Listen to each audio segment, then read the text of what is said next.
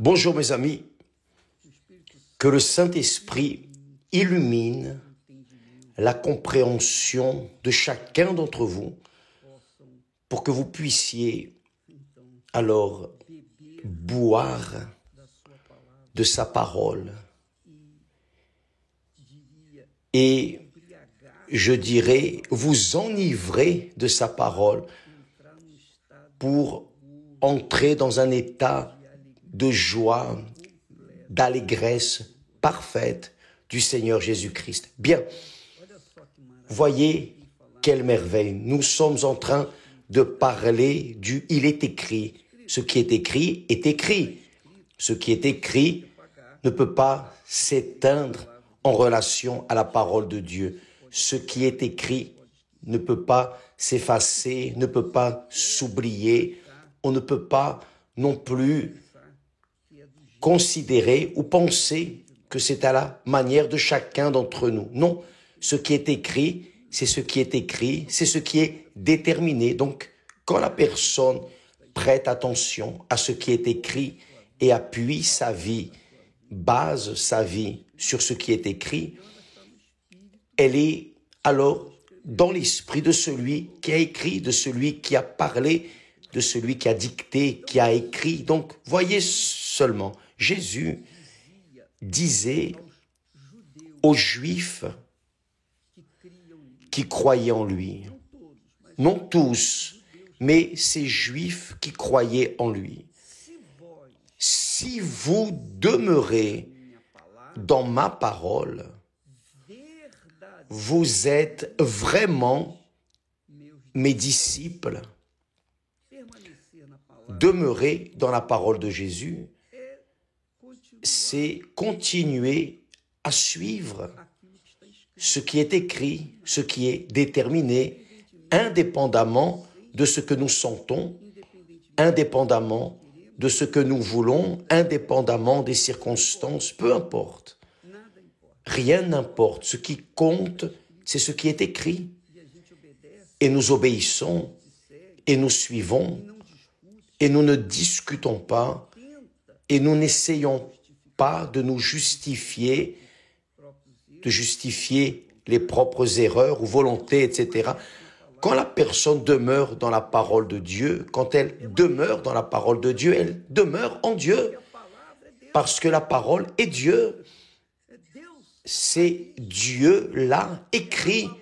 C'est dans la parole qu'il se manifeste à chacun de nous. Donc, si vous demeurez, parlons aux Juifs, si vous demeurez dans ma parole, vous êtes vraiment mes disciples.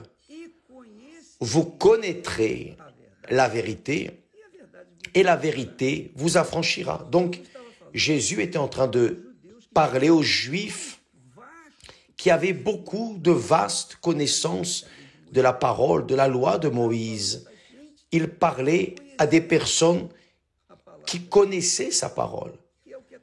Ce qui arrive, beaucoup de personnes connaissent la parole par cœur, citent la Bible de manière simple, ont une mémoire merveilleuse, fertile, et n'oublient aucune parole de Jésus, sauf qu'elle ne demeure pas dans cette parole.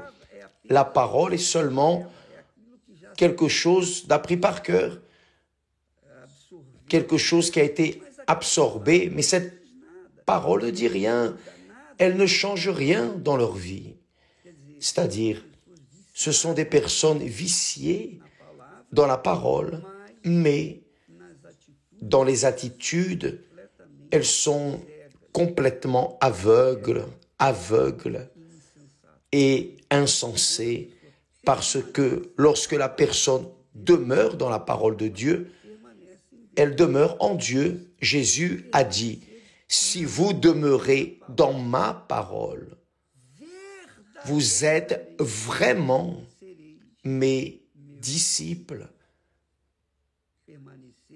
Demeurer dans la parole du Seigneur Jésus, c'est demeurer en train d'obéir, de suivre ce qui est écrit, indépendamment des circonstances, indépendamment des luttes, des défis, des problèmes, indépendamment de toutes choses. Donc, quand la personne demeure dans la parole de Dieu, de la parole de Dieu, elle reçoit le pouvoir pour se délivrer de ses problèmes, douleurs, infirmités, ce qui est une chose personnelle. Et chacun doit utiliser le droit qu'il a dans la parole de Dieu pour s'en bénéficier et chercher dans la parole ce qui est écrit. Oh, il est écrit ici que le Seigneur a porté nos douleurs et nos infirmités, nos péchés. Donc, mon Dieu, je veux rester libre de mes péchés, être libre de mes